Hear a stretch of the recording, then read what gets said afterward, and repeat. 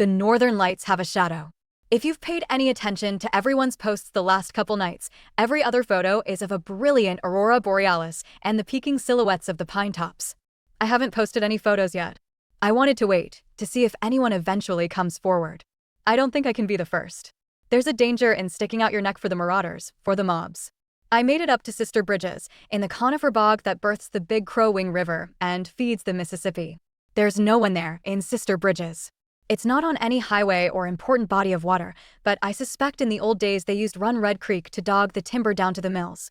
Maybe 10 or 15 miles off the highway and a mile outside of Sister Bridges city limits, I noticed, for the first time, way out there in the foggy distance, a kind of cosmic escarpment across the upper skies, undulating scarlet and emerald curtains.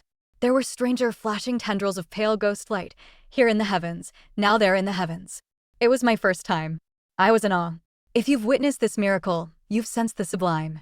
Pulled over on the side of the road I just watched. There didn't seem to be anyone out tonight. I hadn't noticed any headlights in the better part of an hour. So I stood there, stupefied, in a swampy landscape of showwillow and sedge and naked cottonwoods, and I drank my eyes full. Those deep magentas. After so long, however, the shapes began to change. It was almost gradual at first.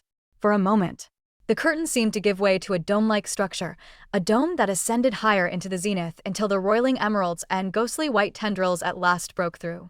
Abruptly, something was cast to the earth.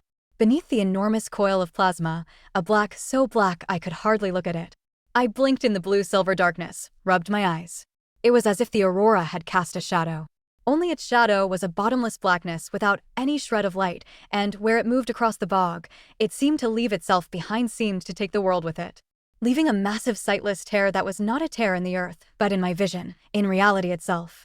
I stumbled back, felt the ground swell and buck, nauseating. A noise. It was swelling, rising, an awful sound like 1,000 crying angels, hungry ghosts, toneless, every tone, every possible pitch.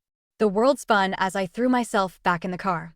Out the passenger window I could see the dome in the northern sky opening wider, all those strange and timeless figures, beasts before flesh, shape before form, weird titans without bodies flow gauzy and monstrous from the opening at the center of the sky. And the world below, just gone. I watched old farmsteads wiped away in the blackness. I saw the creek swallowed up in the shadows. I drove like a madman. By midnight, the shadows had surged somewhere over the horizon and abetted.